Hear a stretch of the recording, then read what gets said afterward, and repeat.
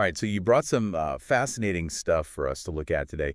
Excerpts from Quotations from Chairman Mao Zedong, better known as the Little Red Book. Yeah. And it's really like holding a piece of history. I mean, this... It really is. Yeah, this book was practically a Bible during China's Cultural Revolution, so it offers a glimpse into the ideology that shaped a nation. Yeah, for anyone who maybe needs a little refresher, the Little Red Book, published from 1964 to 1976, we're talking billions of copies. Wow. Those pocket-sized red books, designed to be carried everywhere. So it's almost like this constant companion for navigating life through a very specific lens. Yeah. So today we're going to unpack Mao's core principles on revolution, class, struggle, the role of the Communist Party, and his vision for a socialist China. It's going to be quite a journey. Now, one of the things that jumps out right away is Mao's emphasis on the power of the people. Yes. He's not talking about a few elite leaders calling the shots. He's talking about the masses as the driving force of history. You see, during this time, there was this global shift in thinking about leadership. This whole great man theory of history was being challenged. Right. And Mao really tapped into that by putting the emphasis on collective strength and the wisdom of the masses. And this wasn't just rhetoric. He put this belief into practice with what's known as the mass line. Exactly. The mass line wasn't just about listening to the people. It was about involving them in the process of governance, understanding their needs, and making sure that the leadership was really in tune with what was happening on the ground. Right. So it wasn't just about leading. It's about being in touch with the people that you're leading. But, I mean, wasn't there a risk of this being more about optics than genuine empowerment? Well, that's a great question, and it's something historians debate. But in theory, the mass line was about giving a voice to the voiceless. Right. Empowering the masses to shape their own destiny. And there's that story that Mao often used to illustrate this point.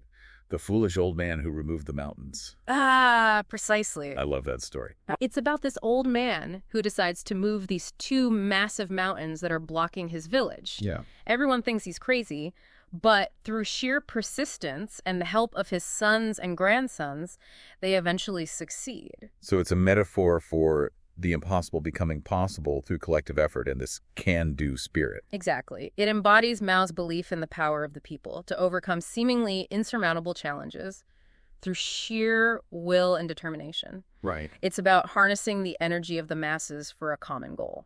Now, intertwined with this emphasis on the people is the crucial role of the Communist Party. Yeah.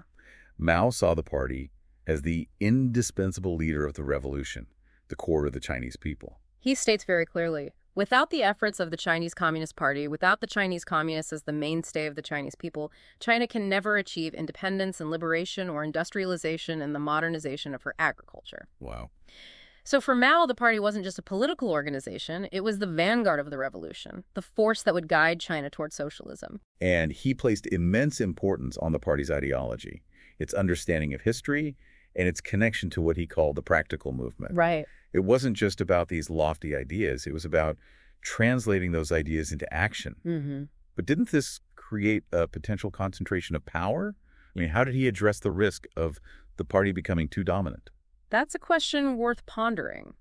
Mao's vision was built on this belief that the party, guided by its ideology and its connection to the people, would act in the best interests of the nation. Yeah. But the potential for abuse of power is certainly something to consider when evaluating his model. Okay, so that brings us to another key concept, class struggle. Yes. Mao was convinced the class struggle was the engine of history and that the path to socialism meant confronting opposing forces. He wasn't exactly subtle about this. His words are quite striking. A revolution is not a dinner party. A revolution is an insurrection, an act of violence by which one class overthrows another. Wow. So for Mao, there was no peaceful transition, no gradual evolution towards socialism. It required this rupture, this forceful overthrow of the existing order. But doesn't this inherently create division and conflict? I mean, was there a way to reconcile this idea of struggle with this desire for unity? That's a very insightful observation. Yeah. Mao believed that while struggle was necessary to dismantle the old order, unity would emerge once the socialist state was established. Okay. It's a complex idea, full of contradictions, and something that played out in very complex ways during the Cultural Revolution. So even once you've achieved victory, The struggle continues. He even talks about the people's democratic dictatorship in this context. Yes, and this is where things get complex. Yeah. This concept of a dictatorship, even when labeled democratic, raises all sorts of questions about the balance of power and individual liberties. Right. Mao saw this dictatorship as a tool to suppress reactionary elements that might try to undermine socialist construction, essentially a way to protect the revolution from being undone. But as you pointed out, it's a concept that carries a lot of baggage and raises some important questions about the limits of power. Now, another principle that's woven through all of this is the idea of self-reliance. This emphasis on hard work sacrifice and bootstrapping your way to a stronger nation. Yes, there's a quote for this. To make China rich and strong needs several decades of intense effort, which will include, among other things, the effort to practice strict economy and combat waste, i.e. the policy of building up our country through diligence and frugality. So no shortcuts, no handouts. No. It was all about internal strength and self-sufficiency. Yeah. It's interesting how this theme of self-reliance seems to connect to his earlier emphasis on the power of the people. Absolutely. It's about empowering the masses to take ownership of their destiny, to build their own future through collective effort and hard work. Now, it's impossible to talk about Mao without addressing his views on war and peace. Of course. I mean, he was, after all, a revolutionary leader. So armed struggle plays a significant role in his thinking. He famously said, "Every communist must grasp the truth. Political power grows out of the barrel of a gun." Wow. A statement that has been interpreted in many ways over the years. Indeed. But he didn't advocate for violence for its own sake, right? That's right. It's crucial to understand the context. While he acknowledged the role of armed struggle and revolution, he also stressed the importance of strategy and the pursuit of peace. Okay. He distinguished between just and unjust wars, arguing that only wars fought for progress and liberation were justified. So there's a strategic element to his thinking about war. It's not just about brute force. Exactly. And this is where his concept of people's war comes in. Okay. Mao believed that victory in war depended on the support and participation of the masses. It's not just about having the biggest gun, it's about having the support of the people, turning the entire nation into a fighting force. That makes sense, especially considering his earlier points about the masses being the true drivers of history. It's all connected, and this ties into his analysis of imperialism, which he famously called a paper tiger. A paper tiger. What did he mean by that? He believed that while imperialism might appear powerful on the surface, it was inherently weak because it lacked the support of the people. It was ultimately the will of the people that would determine the course of history, and imperialism would eventually crumble under its own contradictions. So even when facing these seemingly powerful empires, Mao was convinced that the people held the real power. That's a fascinating perspective, especially considering the historical context of China's relationship with foreign powers. It certainly is, and it highlights how Mao's ideology wasn't just a set of abstract principles. It was deeply rooted in his understanding of history power dynamics and the potential of the masses to shape their own future. So we've covered a lot of ground in this first part of our deep dive into the Little Red Book. We've explored Mao's ideas on the power of the people, the role of the Communist Party, class struggle, self-reliance, and his strategic thinking on war and peace. And in the next part, we'll delve deeper into his thoughts on leadership methods of thinking and the qualities of a true communist. There's much more to unpack, so stay tuned as we continue our exploration of Little Red Book. Picking up where we left off, it's fascinating how much emphasis Mao puts on leadership. Yeah. Not just from the party as a whole, but from individuals within the party structure. Right. There's a whole section on leadership of party committees. And it's clear that he had some pretty strong opinions on what makes an effective leader beyond just ideology. Absolutely. One thing that stands out is this focus on collective leadership. Okay. Decisions should be made through discussion and consensus within party committees, not just dictated from the top down. So teamwork and collaboration were key, even within this hierarchical structure. Exactly. Think of it like a well-oiled machine with each part working in harmony. Okay, but how did that work in practice? Was there genuine debate, or was it more about presenting this unified front? That's a great question, and one that historians continue to grapple with. While Mao advocated for collective decision-making, the reality of power dynamics within the party could be quite different. Yeah. The degree to which true consensus was achieved is a matter of debate.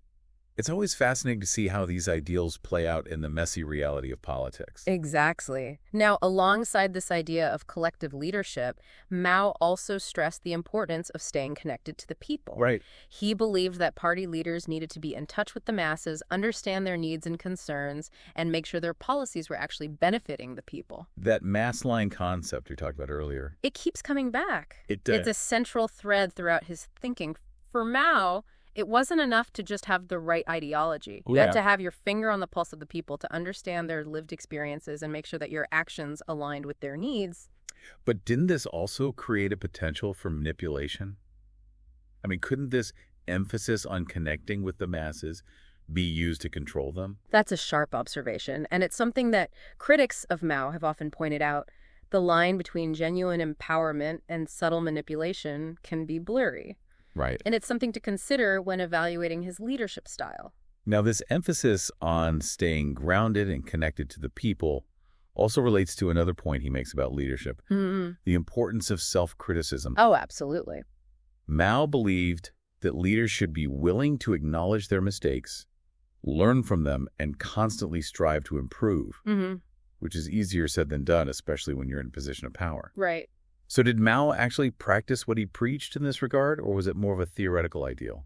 That's a great question, and one that's open to interpretation.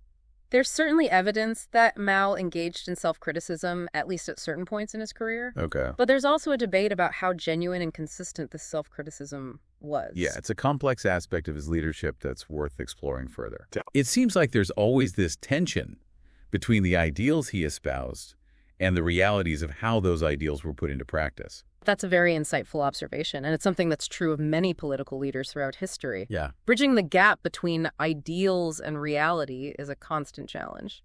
Now, speaking of challenging assumptions and questioning things, there's a whole section here on methods of thinking and methods of work. Oh, yes. It seems like he wasn't just interested in what people thought, but how they thought. Exactly. Here's where we get into the real nitty-gritty of Mao's philosophy of knowledge and action. He draws heavily on Marxist-Leninist theory, but he's not just interested in abstract ideas. Right. He wants to apply those ideas to use them to solve real-world problems. And this is where his concept of the unity of theory and practice comes in. Okay, so let's unpack that. What does the unity of theory and practice actually mean in this context? It means that for Mao, theory and practice are inseparable. You can't have one without the other. Theory should be informed by practice, and practice should be guided by theory. You learn best by testing your ideas in the real world and seeing what works. So it's not enough to just sit in an ivory tower and come up with theories. You have to get out there and get your hands dirty. Does this relate to his earlier point about staying connected to the people? Absolutely. It's about grounding your theories in the realities of people's lives, not just imposing abstract ideas from above. It's about being in touch with the concrete conditions and adapting your approach accordingly. So it seems like he's emphasizing this kind of practical, results-oriented approach to knowledge. It's not about being right in theory. It's about what actually works in practice. That's a great way to put it, and this practical approach connects directly to his emphasis on investigation and study. Okay. He believed that before making any decisions or taking any actions, you needed a thorough understanding of the situation. You needed to gather information, analyze it, and test your ideas against reality. He famously said, "No investigation, no right to speak." Wow. So he really valued research and getting the facts straight.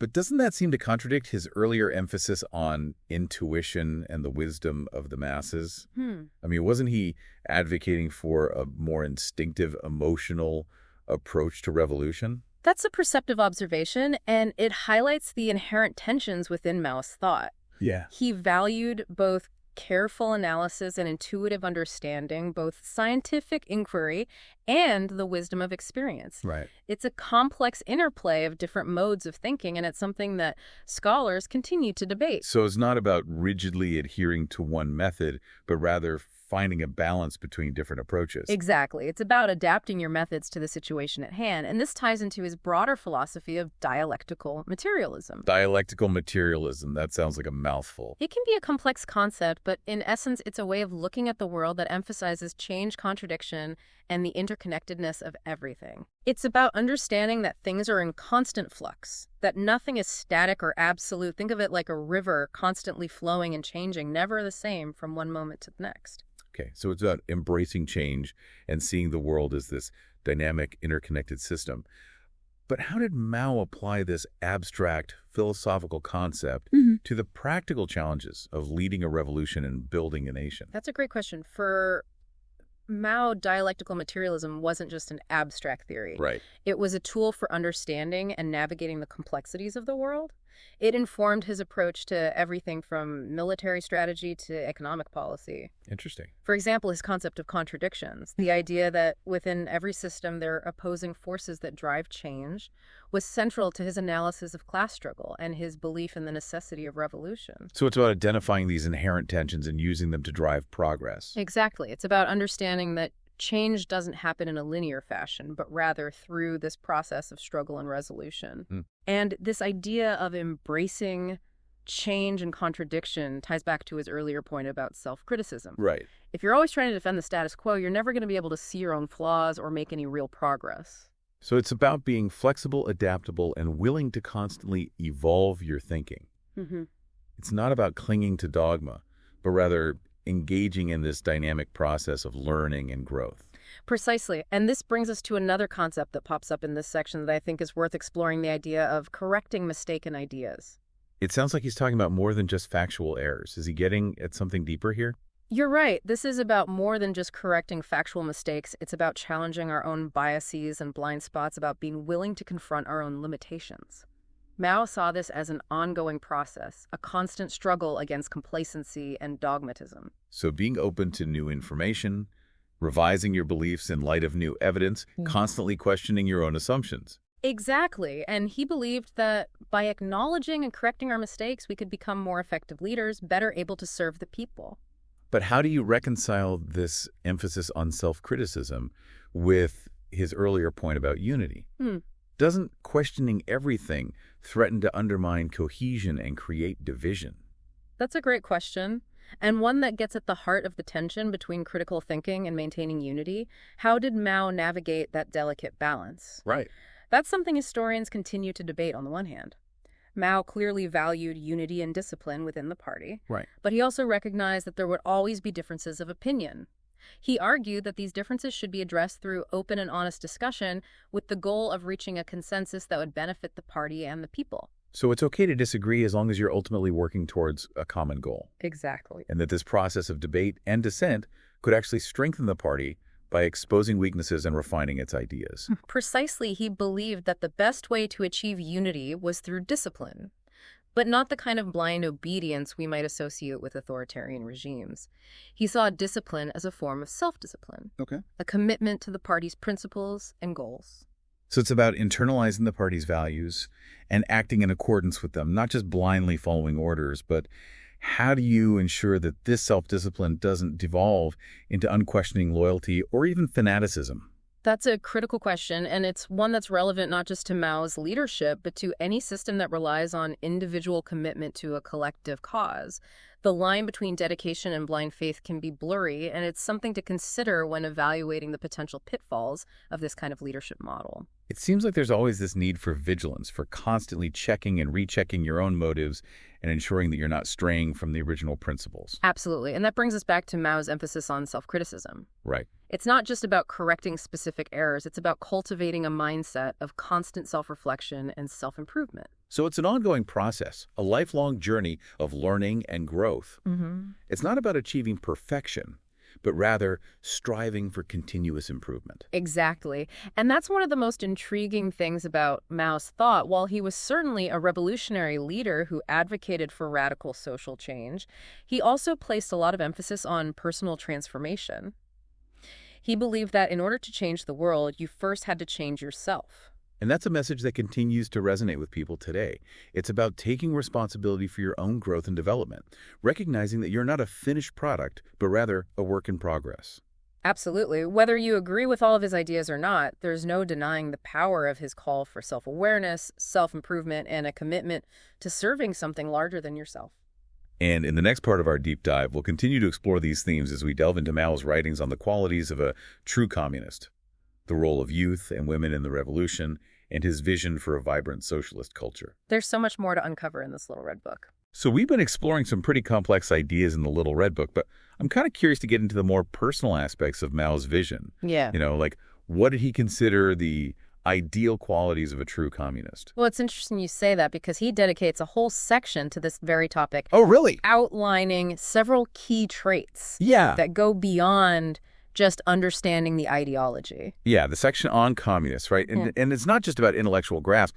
It seems like he's talking about character traits, almost like a code of conduct. Exactly. He emphasized selflessness, dedication to the people, a genuine willingness to learn and grow. It wasn't enough to just talk the talk. Right. You had to live it. He believed a true communist always puts the interests of the masses above their own. So it's not about climbing the ladder or seeking personal gain. No. It's about this genuine service to the people. Right. But was this truly attainable, though? I mean, human nature can be pretty self-serving. How did Mao address that inherent tension? That's a question that has always surrounded revolutionary movements. Mao believed that through education, ideological training, and constant self-reflection, individuals could overcome their selfish impulses and dedicate themselves to the collective good. Okay. Whether that was truly achievable on a mass scale is a matter of debate. It's that age-old question of nature versus nurture, right? Can ideology truly reshape human nature?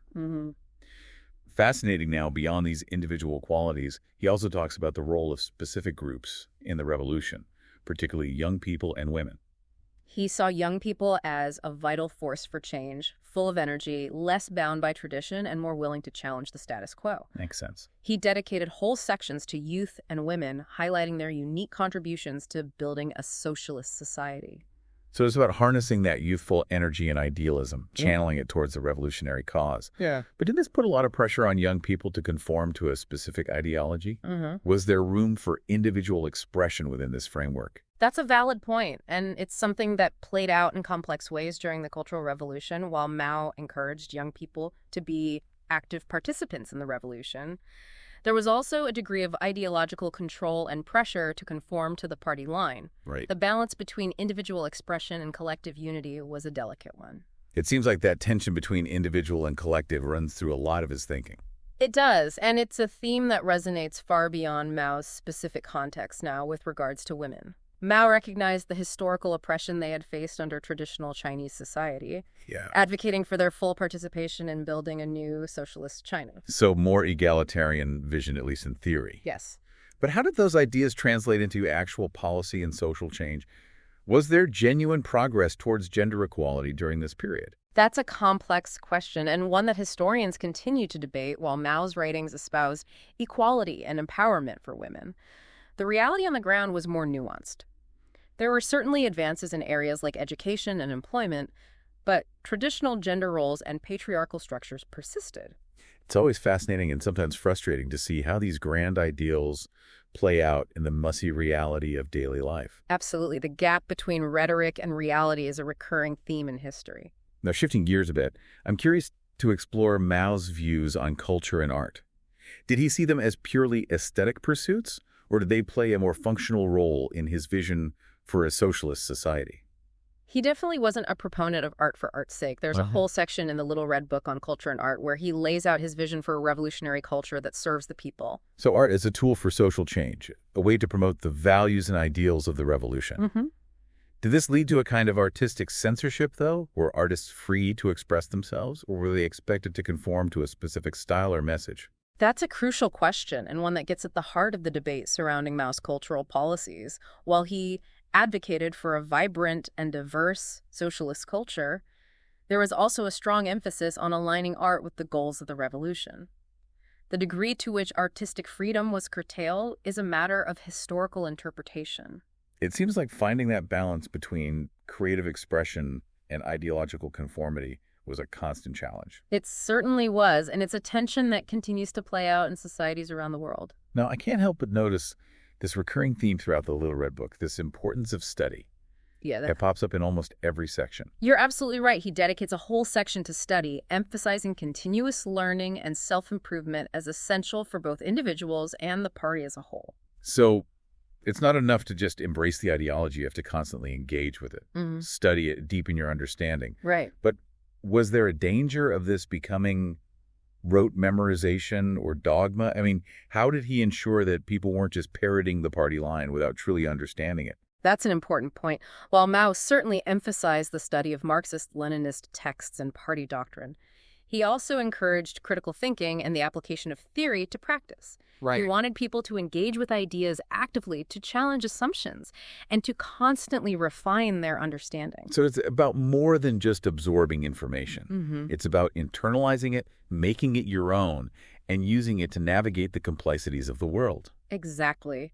He saw study as a weapon, a way to sharpen the mind and dismantle outdated thinking. It was about empowering individuals to become active agents of change, not passive recipients of dogma. And that brings us back to his earlier point about the unity of theory and practice. Yes. It's not enough to just have the ideas you have, to put them into action, to test them in the real world, and to constantly adapt and evolve your thinking based on experience. Absolutely. And I think that's one of the key takeaways from our deep dive into the Little Red Book. While Mao's ideas and methods have been subject to debate and controversy over the years, there's no denying his emphasis on the power of ideas, the importance of action, and the need for continuous learning and self-improvement. It's been a fascinating journey exploring the mind of a leader who shaped a nation and left an undeniable mark on history, whether you agree with his ideology or not. There's a lot we can learn from his writings about leadership strategy and the human condition. Well said. It's a reminder that even the most complex and controversial figures can offer valuable insights if we approach their ideas with a critical and open mind. And as we wrap up this deep dive into the Little Red Book, I hope it encourages you to continue exploring this period of history and grappling with the ideas that shaped it. Remember to consider multiple perspectives, challenge your assumptions, and always keep asking questions. As Mao himself might say, never stop learning, never stop struggling, and never stop striving for a better world.